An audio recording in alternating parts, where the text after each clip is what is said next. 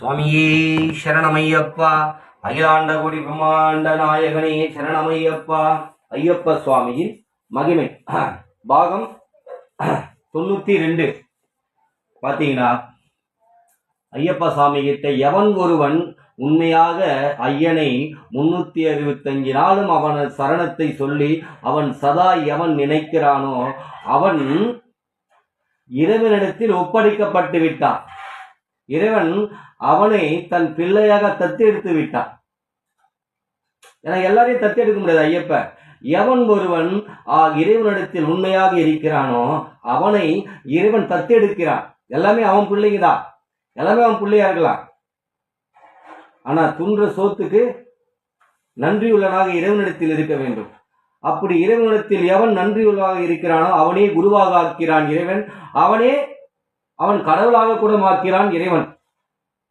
எத்தனை பேர் கடவுள் ஆகிறான் பாருங்க. ஸ்ரீ ராகவேந்திரா ஆயிருக்காங்க, ஸ்ரீரடி சாய்பாபா ஆயிருக்காங்க.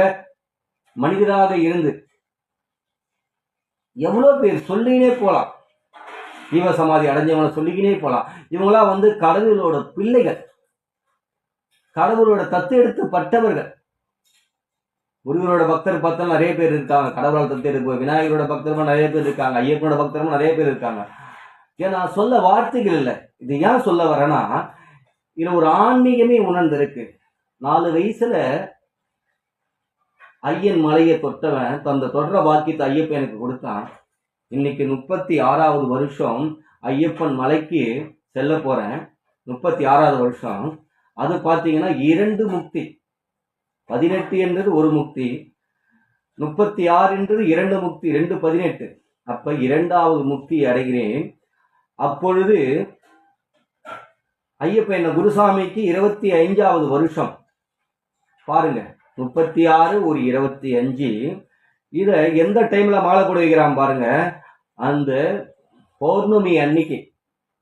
பாருங்க, அதுவும் குரு பௌர்ணமி. நேற்று குரு பௌர்ணமி அன்னைக்கு பகவான் ஐயப்பன் வெள்ளி மாலையாக கழுத்தில் அணிய வைக்கிறான். பாருங்க, எவ்வளவு ஒரு அற்புதம் பார்த்தீங்களா, பகவானுடைய அற்புதம். அதான் சொல்றேனே, மனிதனை தன் பிள்ளையாக இறைவன் நினைத்து அவன் தத்தெடுக்கப்பட்டு விட்டால் இறைவன் அவனை எந்த டைம்ல எந்த இடத்துல அவனை உட்கார வைக்கணும், உட்கார போகணும்னு அவனுக்கு மட்டும்தான் தெரியும், இறைவனுக்கு மட்டும்தான் தெரியும். இப்ப எனக்கெல்லாம் தெரியாது.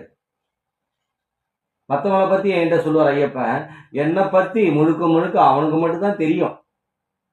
தன் பிள்ளை எப்படி கொண்டு வரணும், எப்படி போகணும், எப்படி வர வைக்கணும், அப்படி என்னட்டு. பாருங்க, 25வது வருஷம் அந்த சில்வர் ஜூபிலி என்னுவாங்க. அப்படிப்பட்ட நாள்ல பகவான் ஐயப்பன் அவன்தான் குருசாமி ஆக்கினான். அப்ப இந்த வெள்ளி மாலை ஐயப்பன் பரிசாக கொடுக்கிறான். என்னுடைய சிஷ்ய புள்ளிய மூலமாக பரிசாக கொடுக்கிறான். பாருங்க, எவ்வளவு கடவுள் உணர்ந்து வாழ்கிறான் பார்த்தீங்களா. உண்மையான பக்திக்கு இறைவன் கொடுக்கும் பரிசா பார்த்தீங்களாங்க. யாருக்கிட்ட வேணாலும் நடிக்கலாம், இறைவன் கிட்ட மட்டும் உங்களால நடிக்கவே முடியாது. நீங்க நடிச்சீங்கன்னா அவன் உங்ககிட்ட நடிப்பான். போன வருஷம் என்னுடைய மனைவி அவங்க சொன்னாங்க, உங்க கழுத்துல வெள்ளி மாலை போட்டு பார்க்கணும் ஆசைப்படணும்னு அவங்க என் அப்பங்கிட்ட சொல்லி நின்றாங்க. இந்த வருஷம் கழுத்துல போட வச்சான் பாருங்க ஐயப்ப. அதுதாங்க ஐயப்பன். எந்த பொருளுக்கும் நான் ஆசைப்பட மாட்டேன், எந்த நகைக்கு இதுக்கும் நான் ஆசைப்பட மாட்டேன். அந்த பிறந்த நாள் துளசி மாலை அதுதான் போட்டு வருவேன் நான். ஆனா என் மனைவி போன வருஷம் சொன்னா, 25வது வருஷம் அவனுடைய குரு நாள்ல ஐயப்பன் இந்த வெள்ளி மாலையை பரிசாக தன் பிள்ளைக்கு அனுப்புகிறான், அவனுடைய சிஷ்ய புள்ள மூலியமாக. பாத்தீங்களா, இறைவனோட ஆன்மீக தத்துவத்தை பாத்தீங்களாங்க. இதுதான் சொல்றேன், ஒவ்வொரு நாளையும் ஐயப்பன் மகிமையை பத்தி சொல்லுகிறேன். இதுதான் ஐயப்பன் மகிமை. இதுதான் இறைவனை சொல்ல வார்த்தைகள் இல்லை, அவன் மகிமையை சொல்ல, கருணாகர மூர்த்தியை சொல்ல வார்த்தைகள் இல்லை. சுவாமியே சரணமையப்பா, சுவாமியே சரணமையப்பா. ஓம் ஸ்ரீ பூதநாத சதானந்தா சர்வபூத தயாபரா ரக்ஷ ரக்ஷ மகாபாவு மகா சாஸ்திரி தும்யம் நமோ நமக. சுவாமியே சரணமையப்பா. என் அகிலாண்ட கோடி பிரம்மாண்ட நாயகனே சரணமையப்பா. குருவே துணை, குருவே துணை, குருவே துணை, என் ஐயப்பனே துணை. சுவாமியே சரணம். சுவாமியே சரணமையப்பா, சுவாமியே சரணமையப்பா, சுவாமி சரணமையப்பா, சுவாமி சரணமையப்பா.